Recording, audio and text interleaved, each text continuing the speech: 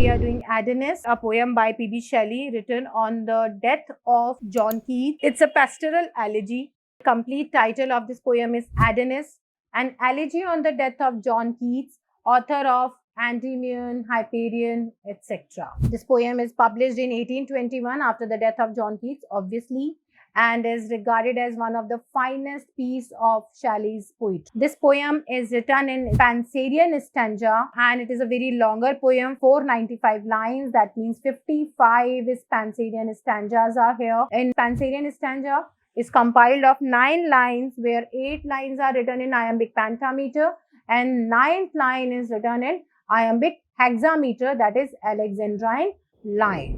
This poem always had a direct comparison with the Lycidas, a pastoral elegy written by John Keats for the death of his friend. So it is also compared with this because he also have portrayed it in a amidst within the pastures, and a very beautiful poem he has written and described the death of his friend. For this poetry, Shelley has studied and translated various classical tragedies, various classical mythologies, and has involved everything here for the writing of this poem. He used the references of the death of Achilles and like his status, he has made the John Keats status in a similar way, and he refers the death of the Greek Adonis, which is Adonis is a god of fertility. So he referred to that in the poem and uses the eclogues of Virgil for that and wrote the complete poem in the similar kind of model. In the beginning of the poem, the poet is weeping for John Keats, who is dead, and he called him a great poet. And he said if he was not dead, then he could surpass the level of all the present poets here. He called Urania also to mourn on the death of his friend and the great poet Keats, who died in Rome. He is saying here that all the nature which was celebrated by John Keats in his poetry is also mourning for him. They all are crying, weeping for him, because the way John Keats has taken the nature, no one before him has taken and is celebrated them. The complete nature is mournful, the complete nature is weeping here. Now he is showing that Urania also rises and went to the chamber of Keats.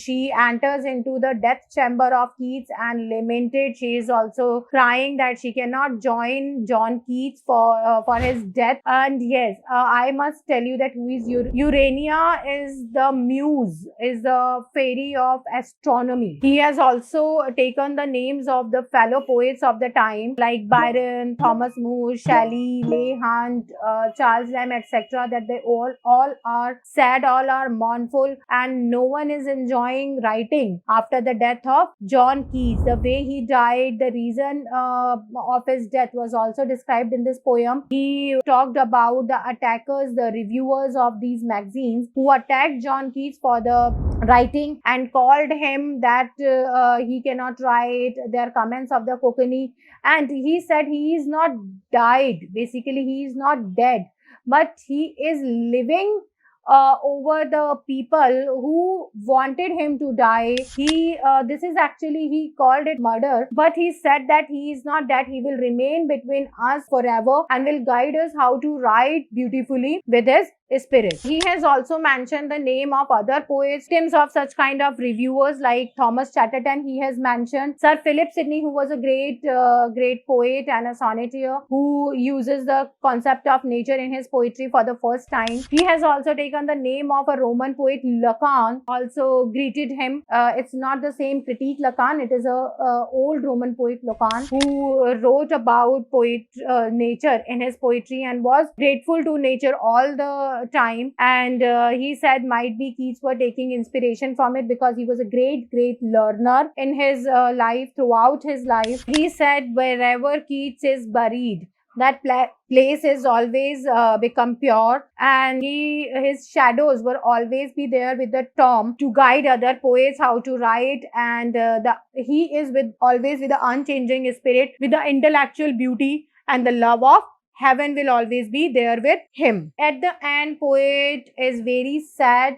and said he should also leave the world. He should also depart from the life. He should also take a leave from the life, because there is nothing else is remaining in the life to offer. Everything is being snatched, and he is over by the pain and the hypocrisy of this world. He called it a dark and fearful world, and he said that wherever the soul of Keats will be there, it will shine like a star in the dwelling sky, and will forever be there to guide the other poets, and his name will shine like a bright, bright star in the sky. He will make it sure by writing such a beautiful poem for him as a gratitude. At the end of this voice note or this lecture, I want to say a couple of lines from the poem which are very beautifully written for him. Peace, peace. He is not dead. He doth not sleep. He hath awakened from the dream of life. With these lines, he has also said that the